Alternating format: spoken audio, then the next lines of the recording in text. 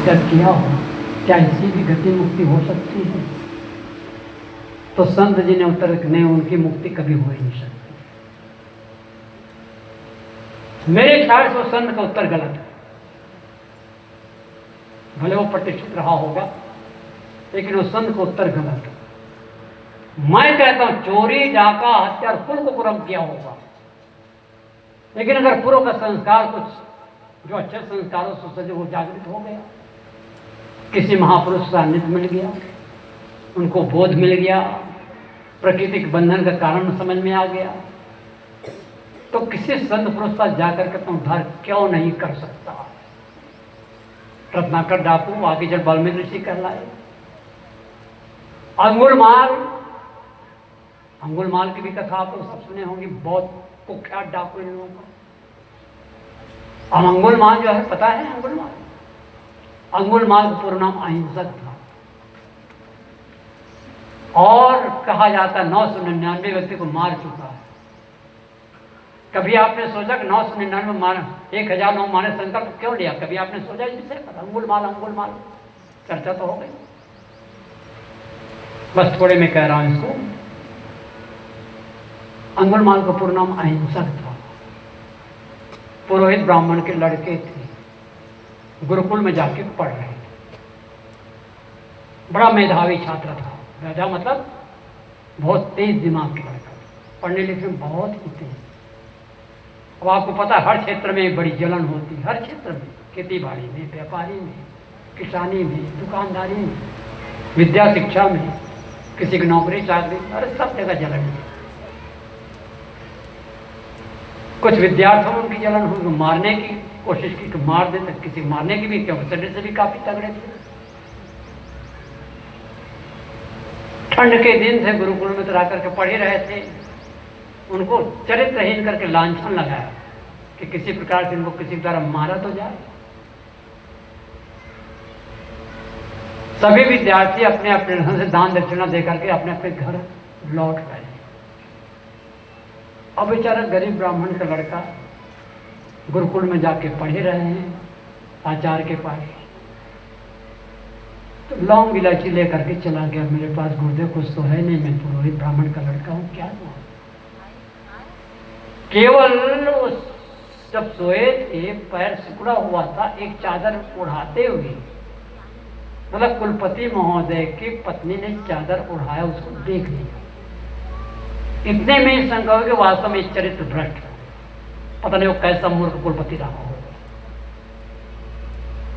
अब उनको भी शंका पुष्टि होगी, वास्तव में चरित्र भ्रष्ट है, लेकिन उसकी भी मारने की हिम्मत नहीं। तो उन्होंने ये किया, जब 100 व्यक्ति जब मारेंगे, 1000 व्यक्ति मारेंगे, तो किसी की तरफ मारे तो जाएंगे। उन्होंने कहा ना, मुझे 1000 लोग मार के उंगली को माला पहना। कुलपति महोदय ने कहा कि ये कौन सी बड़ी बात है, बहुत सामान्य बात है। तो मेरे दोस्तों, आप तो उधर अभी नहीं गए, मैं तो कई बार जा चुका हूं। उत्तर प्रदेश में बलरामपुर जिला, बहराइच जिला पड़ता है, दोनों के बीच में श्रावस्ती शहर में, जहां भगवान बुद्ध ने 26 वर्ष वास किया। एक घटना वहीं की, बाजार के दिन थे, और बाजार के दिन स्वाभाविक बात है, जीवन सौदा लेने सब जा रहे हैं, दैनिक जीवन से संबंधित कोई भी वस्तु पदार्थ करें, साग सब्जी, कपड़ा वपड़ा, सोना चांदी, चावल दाल जो भी लेने जा रहे थे। अब जो आ रहे हैं यार, बस मारना ही है उनको, मार के फेंक दे, ले लेना। वही थोड़ी दूर पर भगवान बुद्ध बैठे थे, और उनके परम शिष्य आनंद उनका चचेरा भाई थे, याद कर लिया, चचेरा भाई था, बहुत ज्यादा समर्पित सेवा करने वाला। बुद्ध ने आनंद से कहा, आनंद ये क्या बात है, ये रोने की, चीखने चिल्लाने की आवाज आ रही, क्या बात है? और वो कहीं से सुन लिए थे आनंद कि भगवान अंगुलमाल नाम का राक्षस आया है और लोगों को मारने का संकल्प ले रखा है। मैं सुना 1000 लोगों को मारेंगे और उनकी उंगली को माला पहनेंगे, निश्चय कर रखा है। तो बुद्ध ने कहा, लोगों ने क्या बिगाड़ किया है भाई? अरे सौदा लेने जा रहे हैं, आ रहे हैं, लोगों ने क्या बिगाड़ किया?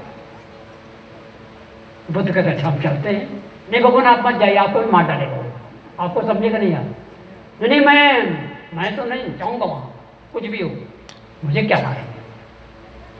भगवान बुद्ध चले गए जहां पर एक घटना घट रही थी। जो अंगुलमाल के बॉडीगार्ड, जो सहयोगी साथी था, वो आके देखा, उसी रास्ते बड़े निर्भीक होकर के आ रहे हैं। एक उच्च कोटि के सन्यासी त्यागी महापुरुष आ रहे हैं आपको अंगुलमाल से बस बेकार की बात करते, ये सब लुटेरे हैं या सन्यासी कौन है। इस शब्द को सुन लिया बुद्ध ने आते आते आते। बुद्ध का संबोधन करने का तरीका तो देखो, वो कहते हैं,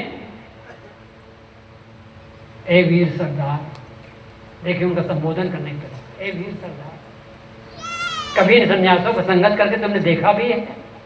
कैसी बात करते थे? तलवार उठा लिया। तो उन्होंने कहा कि यही जब करना है तो मेरा भी सिर तुम्हारे सामने करना, क्योंकि अब तक जिन्होंने जबरदस्ती मारे थे ना, वो ये कहते ले जब यही करना है तो मेरा सिर तुम्हारे ले काट। तलवार ऐसी उठाई रहे। तो वहीं पर एक पेड़ था, बताते हैं, कच्छा इस पेड़ को काटो, डगालियां काट दी गई, बीच को जो भाग था, तना भाग था, उसको तलवार धारदार तो थी, पर उसको भी काट दिया, इसको भी काटो, काट दिया गया।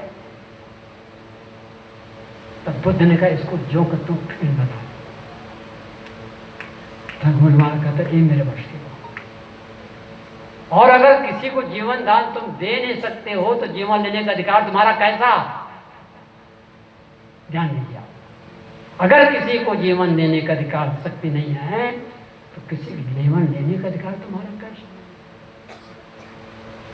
बस इतने प्रभावित, इतना प्रेम से मुझसे किसी ने बात ही नहीं की।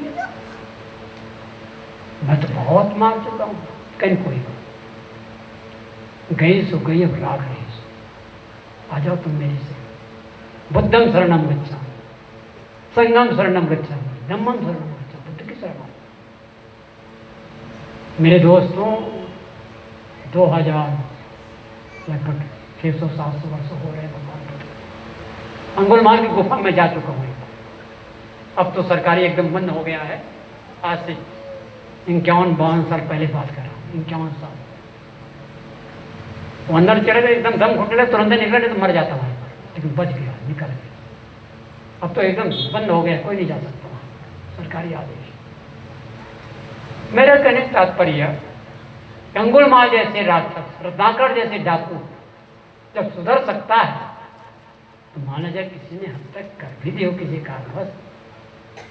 तोलो तारा जगमगे जौलों वही न सूर, तोलो जीव प्रवट जौलों ज्ञान। तभी तक आकाश में तारे जगमगाते जब तक सूर्योदय नहीं होता है।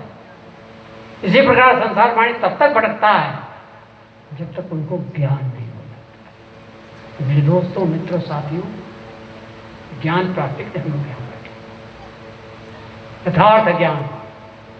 मेरी आत्मा मुझसे कभी इस बात को मैं दावे के साथ कहता हूँ, बहुत सोच-विच कर रहा हूँ। आजराय खंड रूपी परम प्रकाशी देखो, आजराय खंड रूपी परम प्रकाशी देखो, सूर्य से उजासी देखो याति सुहायु है। ब्रह्म जगत ब्रह्म में की जाए संधि काल नासे, संस सब चूर कर दूर से उड़ायु है। वेद हूँ प्रमाण और वाणी न के मत जेते, और हूँ सिद्धांत सो तो सर्वलो दिखायु है। सर्व हूँ को जाने सो तो सर्व हूँ सो न्यारो रहे, सर्व हूँ को जाने सो तो सर्व हूँ सो न्यारो रहे।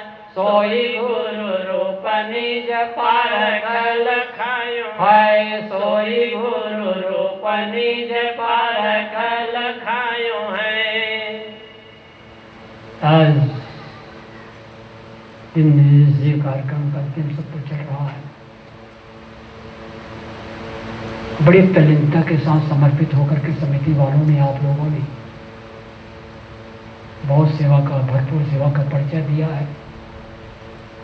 मैं बहुत पहले इस गांव में आया था, गुरुवर श्री बड़ा साहब जी के साथ में।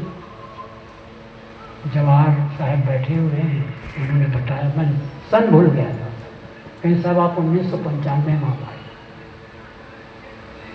95 के बाद इस समय आप सबके दर्शन करने में चला आया, आपको याद किया मैं चला आया। समय समय से संत महापुरुषों के पास आप जाएं, संत महापुरुष गुरुजनों को आप बुला लें जो बड़े बड़े सेवा कर दें और उनके ज्ञान गुण को अपनाने की चेष्टा करें। और ये बात से मैं बहुत खुश हूँ, संतुष्ट हूँ कि यहाँ हर बार अनेक अलग अलग संतों को बुलाते रहते हैं, संतों के विचार सुनते रहते हैं। नित खरसान लोहागन छोटे, नित की गोष्ठ माया मोह टूटे, निरंतर सत्संग की धारा बहते रहने से सारे विकार सारे दोष हटते चले जाते हैं। और मुख्य रूप से ये काम हम सबको करना चाहिए। बड़े शालीनता और शिस्ता का परिचय देते हुए आप लोग शांत वातावरण बना करके आपने मेरी बातों को बहुत ध्यान से सुना है। मुझे बहुत बहुत प्रशंसा के पात्र हैं आप लोग। मैं आप सबका आभार मानता हूँ। इसी साथ अपनी वाणी को विराम देता हूँ। सबको साहेब बंदगी, साहेब बंदगी, साहेब। बोलिए सदगुरु देव की।